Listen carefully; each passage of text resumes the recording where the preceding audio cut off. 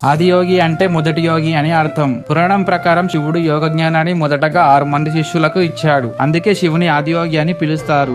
ఈ ఆదియోగి తమిళనాడులోని కోయంబత్తూర్ సమీపంలో వెలయంగిరి పర్వతాల మధ్య ఉంది. ఈ పర్వతాలు పురాణాలలో దక్షిణ కైలాసంగా పేరు పొందాయి.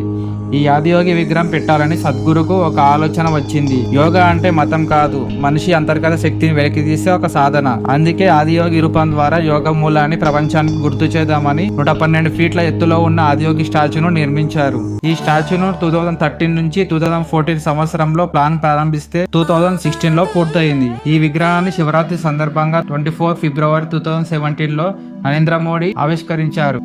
ఆదియోగి విగ్రహం 112 ఫీట్ల హైట్ ఎందుకుంటుందంటే మనిషి యొక్క 112 రకాల మార్గాల్లో ఒకదాని ద్వారా మోక్షం పొందగలడు. అలాగే శరీరంలోని 112 ఎనర్జీ పాయింట్స్ ఉన్నాయి. 112 అంటే 4 దిశలు, 28 నక్షత్రాలు, 108 జపమాల బీట్స్. వీటి కలయిక ద్వారా విగ్రహాన్ని 112 అడుగులుగా తీర్చిదిద్దారు. ఈ విగ్రహం వెయిట్ 500 టన్స్ 1,00,000 కిలోలుగా ఉంది. శివరాత్రి పర్వదినం రోజు ప్రతి సంవత్సరం లక్షలాది మంది జనాలు హాజరవుతారు. ఈ విగ్రహం ముందు జరిగే ప్రోగ్రామ్స్ ప్రపంచవ్యాప్తంగా ప్రసిద్ధి చెందాయి. విగ్రహం వైపు నిలబడినప్పుడు చాలా మందికి ప్రశాంతమైన అనుభవం కలుగుతుంది. అక్కడ ప్రదేశాన్ని చూడగానే అందరికీ వైబ్రేషన్స్ వస్తాయి. ప్రపంచంలో బెస్ట్ రికార్డుగా ఈ విగ్రహం గిన్నిస్ వరల్డ్ లో రికార్డుగా సృష్టించింది.